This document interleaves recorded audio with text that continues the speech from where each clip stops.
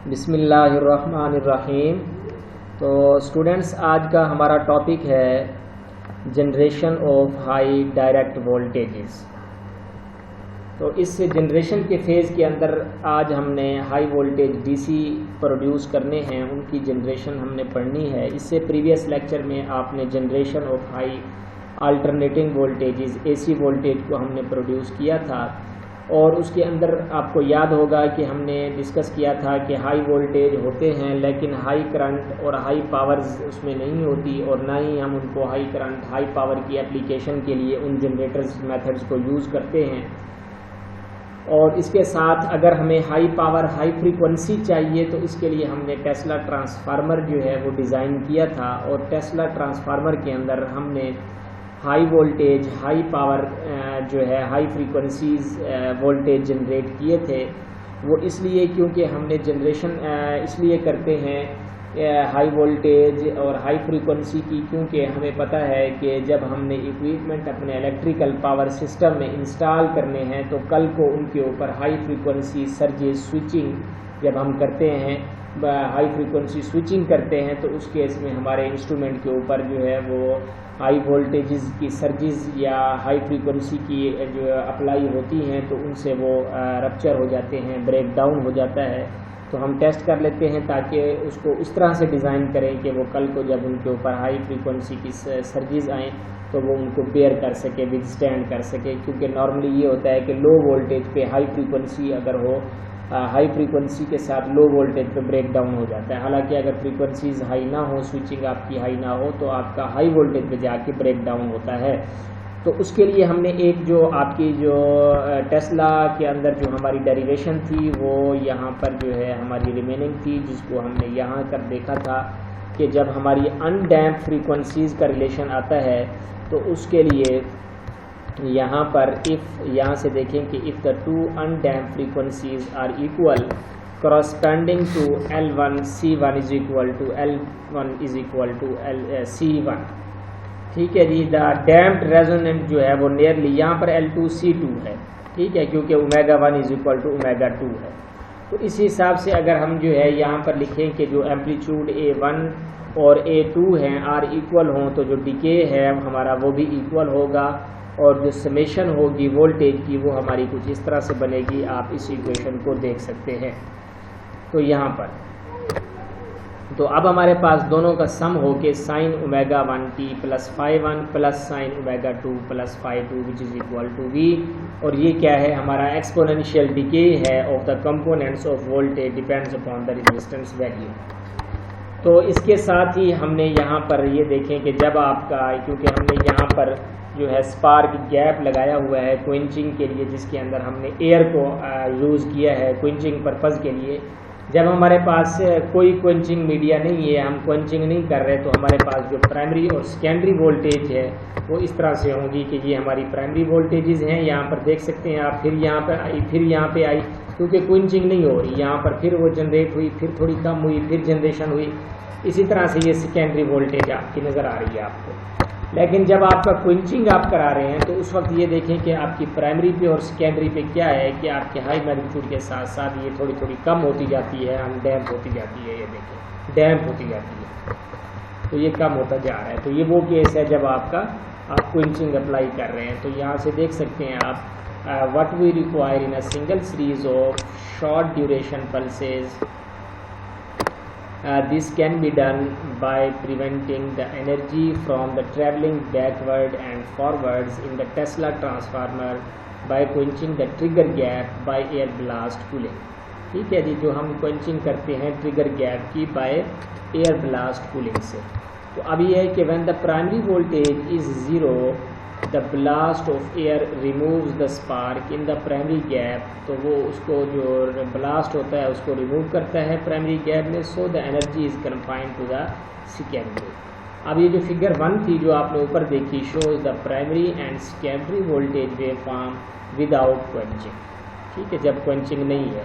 और ये जो दूसरा केस आप देख रहे हैं ये वाला, तो ये आपका प्राइमरी और सेकेंडरी ये क्या है जब आप क्वेंचिंग कर रहे हैं, shows the corresponding wave form with quenching. ठीक है जी। तो ये था हमारा प्रीवियस आर्टिकल जो रिमेनिंग था प्रीवियस लेक्चर के अंदर, तो ये कंप्लीट हुआ। तो आज हमारा नेक्स्ट जो आर्टिकल है वो है generation of high DC voltage. तो high generation of high AC voltage का हमारा फेज ख़त्म हो गया।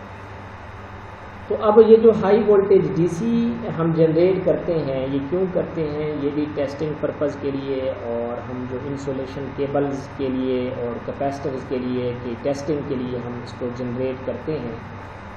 और इसके साथ ही यहाँ पर देखें कि यहाँ पे लिखा है कि as well as in testing of the insulation of cables and capacitors where the use of alternating voltage test sets become impractical due to the steady high charging current।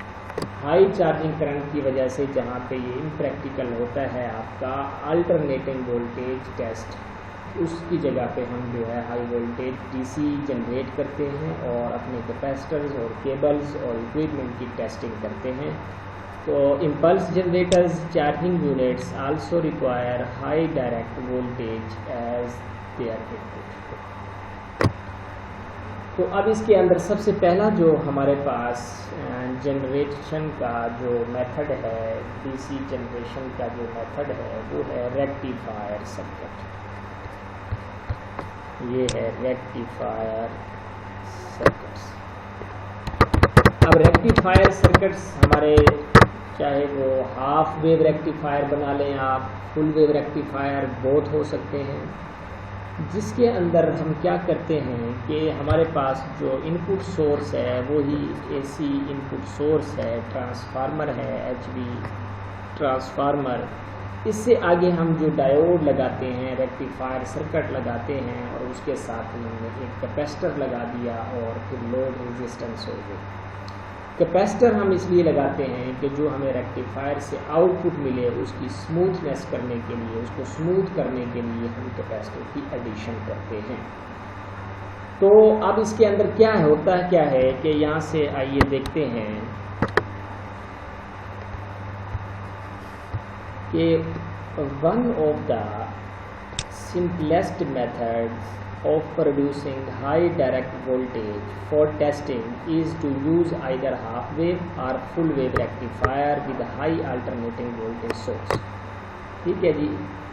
अब the rectifier used must be high voltage rectifiers with peak inverse voltage of at least twice the peak value of the alternating supply। अब ये जो rectifier आप use कर रहे हैं इनके लिए ज़रूरी है कि जो इनकी पीक इनवर्स वोल्टेज है वो एटलीस्ट ट्वाइस होनी चाहिए पीक वोल्टेज ऑफ या peak value of the alternating voltage. जो ट्रांसफार्मर की पीक वैल्यू है उससे जो है वो डबल होना चाहिए पीक इनवर्स वोल्टेज रेक्टिफायर की।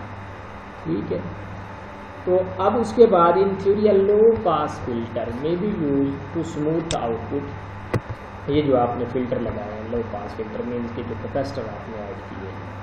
However, when the test device is highly capacitive, no smoothing is required। जब आपकी अगर जो टेस्ट डिवाइस है अगर वो खुद हाईली कैपेसिटिव है तो फिर आपको स्मूथिंग डिवाइस की ज़रूरत नहीं है।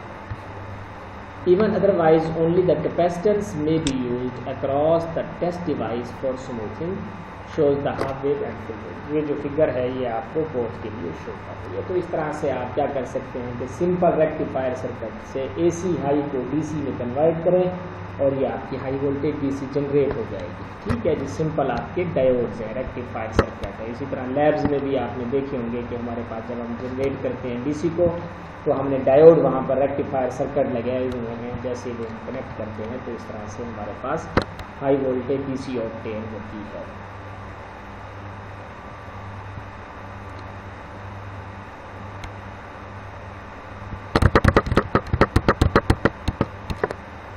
तो अब है हमारे पास नेक्स्ट आर्टिकल है, उसी की दूसरी टाइप है हमारे पास वोल्टेज मल्टीप्लायर सर्किट। कि अगर हमने वोल्टेज जो है वो मल्टीप्लायर सर्किट के अंदर हम जो है वोल्टेज को double triple and so on इस तरह से हाई वोल्टेज जनरेट करते हैं, वो भी थ्रू रेक्टिफायर सर्किट है।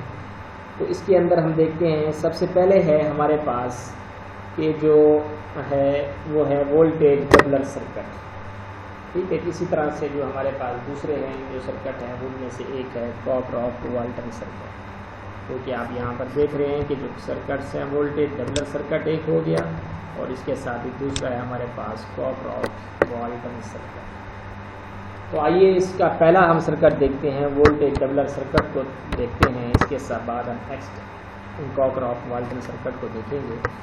तो वोल्टेज डबलर सर्किट जो है इसके अंदर हम वोल्टेज को डबल करते हैं वो इस तरह से कि यहाँ से आप देख सकते हैं कि ये हमारे पास सप्लाई है, इसके साथ ही हमने यहाँ पर एक डायोड और दूसरा रिवर्स डायरेक्शन में यहाँ पर डायोड कनेक्ट किया और यहाँ पर हमने कैपेसिटर लगाए 1 और 2 और इनका जो है हमने सीरीज़ में इनको कनेक्ट किया ताकि जो वोल्टेज हैं वो एडेड हो सकें, ऐड अप हो सकें। तो इस तरह से Vmax plus Vmax is equal to 2Vmax हमारे पास इन टर्मिनल्स पर आउटपुट टर्मिनल के ऊपर रिसीव होंगे। तो यहाँ से देखते हैं the voltage doubler circuit makes use of positive and negative cycles to charge 2 different capacitors. ठीक है जी, एक पॉजिटिव साइकिल के लिए चार्ज होगा और एक नेगेटिव साइकिल के लिए चार्ज होगा कैपेसिटर। ठीक है जी, दो डायोड हैं जो कि एक पॉजिटिव में फॉरवर्ड बाइस होगा और दूसरा नेगेटिव साइकिल के लिए फॉरवर्ड बाइस होगा। These are then connected in series aiding to obtain double the direct voltage output। ठीक है, इनको हम सीरीज में कनेक्ट करते हैं ताकि इनका जो वोल्टेज है वो आप ऐड कर सकें। In this case, transformer will be of small rating that for the same direct voltage rating with only simple rectification। ठीक है जी, और फर्दर ये है कि for the same direct voltage output the peak inverse voltage of the diode will be half. तो उससे फिर क्या होगा कि जो आपके इनवर्स वोल्टेज हैं, पीक इनवर्स वोल्टेज डायोड के वो हाफ हो जाएंगे, आधे हो जाएंगे। ठीक है जी, तो ये था हमारा वोल्टेज डबलर सर्किट। तो अब है हमारे पास कॉकरॉफ्ट-वाल्टन सर्किट। तो कॉकरॉफ्ट-वाल्टन सर्किट के अंदर भी हम वोल्टेज जो है वो ऑब्टेन करते हैं, हाई वोल्टेज। इसमें हम कुछ वोल्टेज का मल्टीप्लायर लेते हैं, मीन्स के double, triple and fourth, fifth time तक जा सकते हैं। इस तरह से सो ऑन, जितना आप वोल्टेज को मल्टीप्लाई करा के उसका सर्किट को बढ़ाते जाएंगे उसका स्ट्रक्चर तो आपके पास उसी रेशो से वोल्टेज भी हाई होती जाएगी। यहाँ पर हमने लिया है सर्किट जो कि आपको यहाँ पर देख सकते हैं आसानी से, जो कि यहाँ पे इसको मैं येलो कर देता हूँ। ये वाली सर्किट है हमारे पास जिसके अंदर हमने अप टू Vmax का जो हमारे पास यहाँ पर Vmax है ट्रांसफार्मर की आउटपुट पे, इसका 4th टाइम 4max तक हम इसको लेके जा रहे हैं इस सर्किट के अंदर। तो इसमें असल में होता ये है कि हमने इस तरह से किया कि ये ट्रांसफार्मर है, ये हमारी सेकेंडरी है, इसके साथ हमने एक पोर्शन के अंदर कैपेसिटर C1 और डायोड D1 कनेक्ट किया, ये एक हो गया। इसी के साथ फिर इससे आगे क्या है कि डायोड D2 और यहाँ से फिर हमारे पास क्या है कि ये D2 से ये वाला कैपेसिटर ये एक बनाते हैं। ठीक हो गया, ये एक आपका पार्ट हो गया। फिर इसी तरह से पॉइंट A से पॉइंट B तक ये हो गया, फिर पॉइंट B से आपका डायोड D3 से C3 हो गया, फिर पॉइंट C से डायोड D4 और कैपेसिटर C4। ठीक हो गया, ये समझ आ गई है। यहाँ तक 4 पॉइंट है आपकी A, B, C and D point, यहाँ तक ये D पॉइंट है। तो अब इसमें हम यूँ करते हैं कि जैसे ही आपका पॉजिटिव साइकिल आता है या फिर इससे पीछे आपका नेगेटिव साइकिल आता है तो आपको इस डायोड से करंट आपका पॉजिटिव और नेगेटिव साइकिल आपके पास होते हैं भैया के वक्त। लेकिन हम इसको साइमल्टेनियसली लेने की बजाय हम इसका जो है वो पार्ट्स में इसको थोड़ा एनालाइज करते हैं ताकि ये बात आपको क्लियर हो जाए कि कैसे किस किस पॉइंट पे कितना कितना वोल्टेज होता जा रहा है। क्योंकि हमारे पास point A, point B, point C and point D, ये 4 लोकेशंस हैं। यहाँ पर हमने देखना है कि हमारे पास कितना वोल्टेज ऑब्टेन होता है। अब इसमें होता ये है कि फर्स्ट साइकिल में 0 से T/2 के अंदर ये होगा कि ये कैपेसिटर जो है आपका चार्ज होगा, कितनी वैल्यू तक चार्ज होगा, जो आपकी Vmax है वहाँ तक ये चार्ज होगा और इस पास से ये इसका कंप्लीट पार्ट बनेगा। ठीक है जी, तो अब ये क्या होगा कि यहाँ से इसका जो पोटेंशियल होगा पॉइंट A पर वो कितना हो जाएगा, Vmax plus Vmax is equal to 2Vmax। तो पॉइंट ए पर जो आपका चार्ज है वो 2V मैक्स तक पहुंच जाएगा। फिर ये होगा कि जो आपका D2 है ये फॉरवर्ड बाइस होगा और कैपेसिटर C2 जो है वो 2V मैक्स तक चार्ज होगा और पॉइंट बी पर 2V मैक्स जैसे ही आएगा पॉइंट ए का जो वोल्टेज है वो वेरी करेगा, फिर 2V मैक्स से लेस देन हो जाएगा और 0 तक वेरी करेगा। यहाँ पर आपका वोल्टेज बढ़ जाएगा, यहाँ पर आपका वोल्टेज कम होना शुरू हो जाएगा उसी साइकिल के अंदर। ए पॉइंट पे 0, फिर यहाँ पर 2V मैक्स होगा, फिर ये इस वोल्टेज से इस डायोड के थ्रू C3 आपका क्या होगा, चार्ज होगा। कितनी वैल्यू तक, 2V मैक्स तक होगा। फिर जब ये आपका पॉइंट है बी पे, अगेन जब पोटेंशियल ए पे राइज होगा 2V मैक्स तक, तो सी पे क्या होगा, 2V मैक्स से 4V मैक्स हो जाएगा सी पॉइंट पर। और C से फिर क्या होगा, डायोड D4 से आपकी चार्जिंग होगी C4 की। फिर इसी तरह से जो 4V मैक्स है वो आपका पॉइंट D पे अपेयर होगा और फिर ये जो C है ये आपका 2V मैक्स पे चला जाएगा। तो इस तरह से आपको D पॉइंट पे 4V मैक्स यानी मैक्सिमम वोल्टेज का 4 टाइम आपको मिलेगा। ठीक है, तो इस तरह की ये स्ट्रेटजी हम यूज़ करके अपने वोल्टेज को जो है वो हाई कर सकते हैं। तो आइए यहाँ से इसको देखते हैं।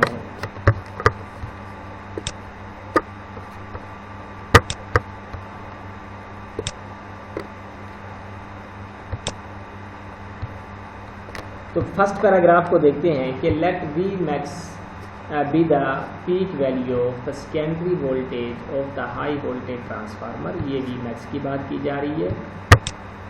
ठीक है जी, तो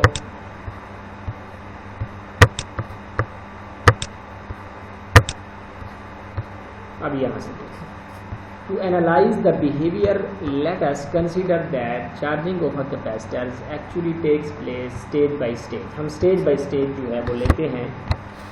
ठीक है जी, तो अब देखें यहाँ से फर्स्ट पार्ट को देखें, ये कंसीडर से consider the negative half cycle of the applied voltage the capacitor C1 charge up to a V max. अब आपका कैपेसिटर जो C1 से यहाँ से चार्ज होगा फर्स्ट में, तो वो होगा 2V मैक्स तक। ठीक है जी, तो अब जो सेकेंडरी वाइंडिंग से during the first negative half cycle of the applied voltage the capacitor C1 charge up 2V max since during the positive half cycle the diode D1 is reverse bias. यही जो D1 है ये reverse bias होगा positive cycle के लिए और capacitor जो है वो डिस्चार्ज नहीं होगा। और जो पॉइंट ए है वो कहाँ पे चला जाएगा, 2V मैक्स पे चला जाएगा।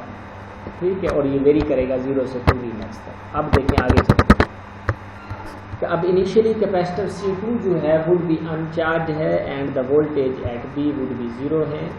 Thus as the voltage at A varies from 0 to V maximum, then diode D2 is forward bias and the capacitor C2 would charge to 2V maximum। अब क्या होगा कि जो आपका कैपेसिटर C2 है वो भी चार्ज हो जाएगा कहाँ तक, 2V maximum।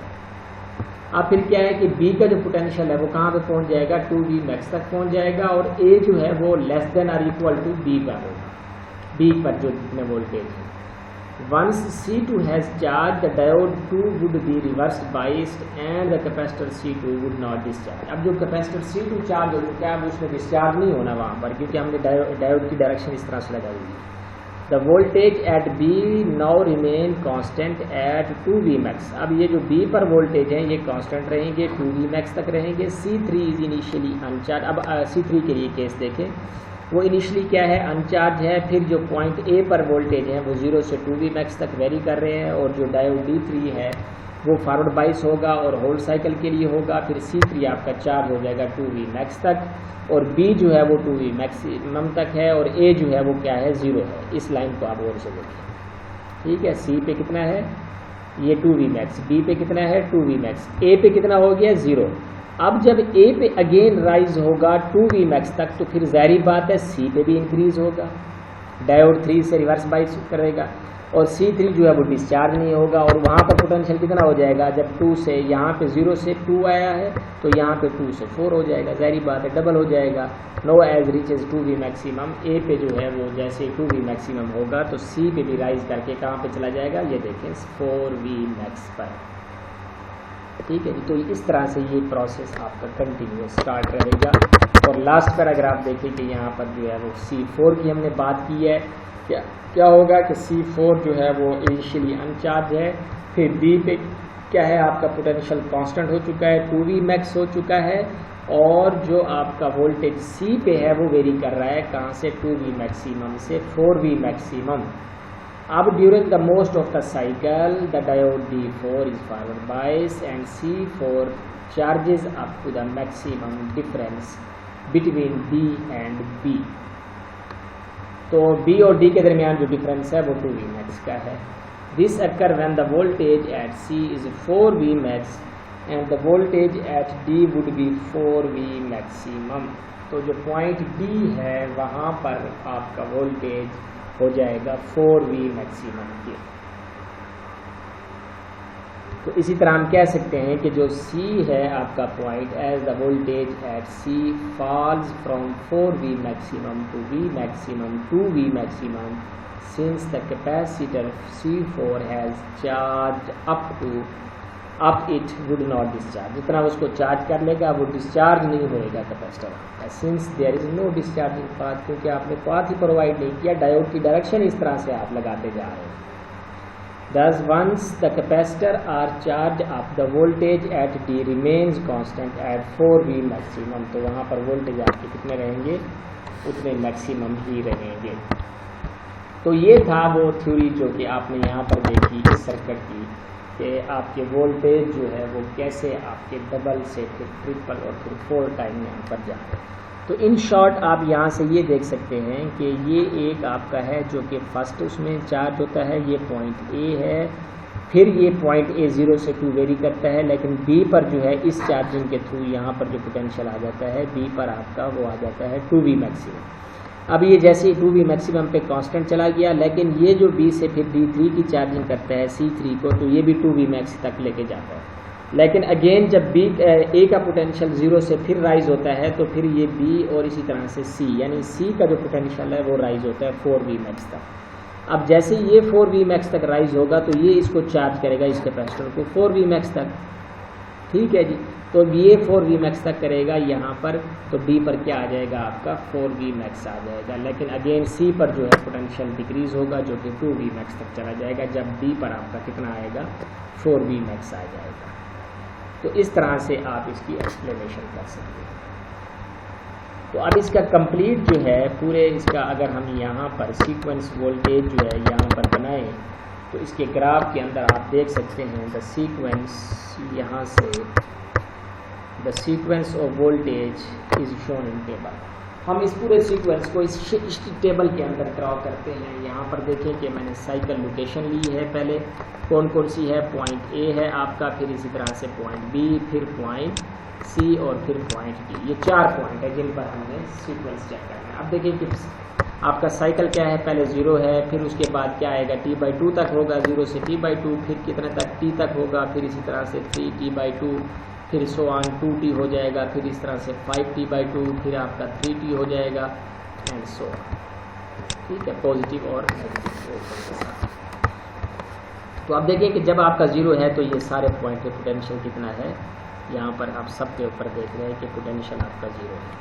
जैसे यहाँ पर देखिए कि 0 से T/T2 पॉजिटिव तक गया तो आपका पॉइंट A जो है उसका पोटेंशियल हो गया 2V मैक्स, और जो B है उसका भी पोटेंशियल कहाँ तक राइज हो गया, उसने भी C2 को चार्ज करके आपका मैक्सिमम वोल्टेज कितना आ गया 2V मैक्स हो गया, और C और D पे अभी स्टिल क्या है आपका वोल्टेज 0 है, ठीक हो गया। ये आपने केस ऊपर देखा।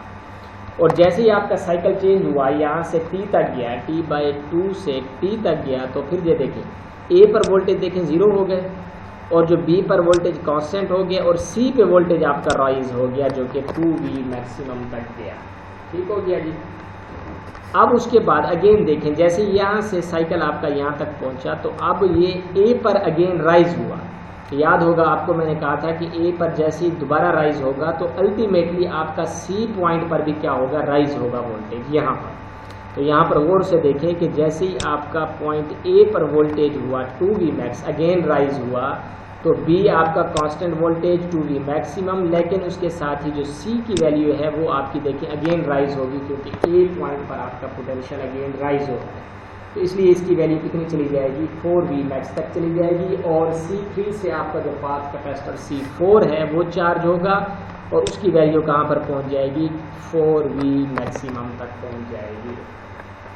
ठीक है जी। तो इस तरह से आपके पास जो पॉइंट एक B है वहाँ पर आपको कितनी वोल्टेज मिलेगी। इसके साथ ही जैसे का साइकिल कंप्लीट होगा A के ऊपर दोबारा आपका डिक्रीज होगा, लेकिन जो C है उसके ऊपर आपका 2V मैक्सिमम चला जाएगा, डिक्रीज हो जाएगा, और आपका जो C4 है वहाँ पर या पॉइंट B पर आपका जो वोल्टेज है वो आपका डिस्चार्ज नहीं हो सकेगा और वहाँ पर वोल्टेज एग्जिस्ट करेगा 4V मैक्सिमम। ठीक है जी। तो इस तरह से सो ऑन आप नेक्स्ट साइकिल के लिए भी बना सकते हैं। ये हमने फर्स्ट 2 साइकिल के लिए देखा इस सीक्वेंस को। इस सीक्वेंस के अंदर आपको नज़र आ रहा है कि कैसे आपका किस पॉइंट पर वोल्टेज वेरी कर रहा है। तो इस तरह से आपने जितने आपने मल्टीप्लायर लेने हैं वोल्टेज के, आप इस तरह से इस स्ट्रेटेजी को यूज़ करके आप वोल्टेज को ले सकते हैं।